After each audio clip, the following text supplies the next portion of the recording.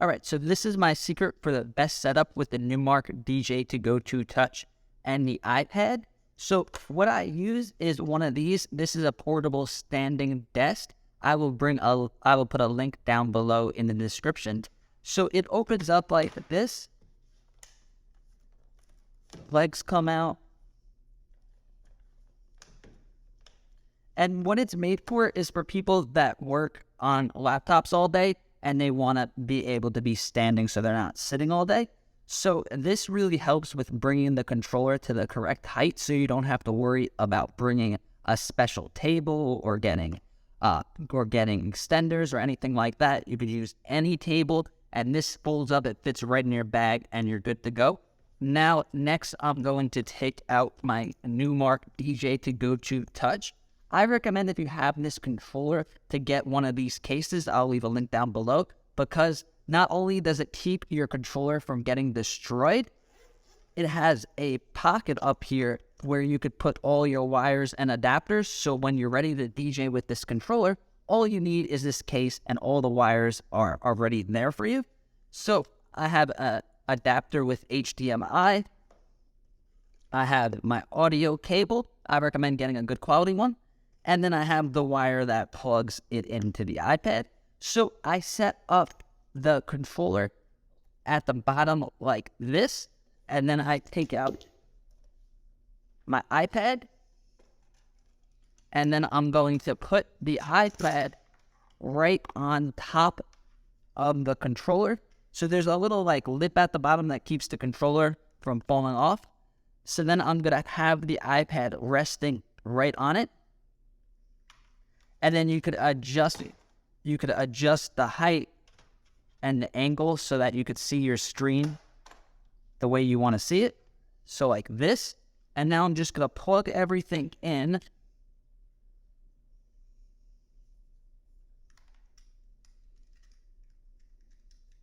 So just one wire goes into the iPad. Make sure that you have your stand clicked in good so that doesn't happen. All right. So now we got one wire that goes into the iPad. The iPad like this. And then the other wire is going to go into the main output because we're going to be DJing with speakers. Right now, I'm not doing it for this example. But there we go. So now it is all connected. And then you may be asking yourself, Justin, why would you set it up like this? And the reason is because this controller has limited buttons, limited knobs. It's not a full professional giant controller. But because we DJ with the iPad, we have an advantage. And now whatever we can't do on this controller, we can now do on the iPad. So this controller doesn't have FX buttons. This controller doesn't have filters, doesn't have a lot of stuff. So for all the things that you need that are not provided on the controller, you could just use the touchscreen as an extension of your controller. So a lot of the new DJ controllers, the more expensive ones, like the MixTrack Pro and the MixStream, they have a big touchscreen built in to the controller that controls the DJ software and all that. And now for just $89 and our iPad, we have that same thing because we have a giant touchscreen that is programmed perfectly with the Djay Pro AI app for anything that we need that is not on the controller. And then here is a little bonus tip that I use with this setup.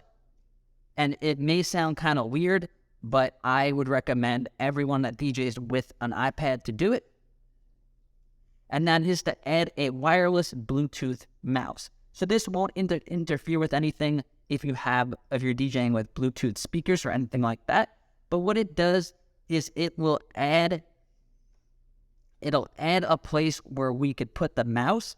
So if we don't want to be touching the screen, we could use the mouse to do more precise stuff like change the knobs and the buttons and then cycle through things so that you don't have to be touching the iPad all the time. I really recommend having a wireless mouse in your setup to extend your ability to do more stuff. They're really cheap and it really makes a big difference.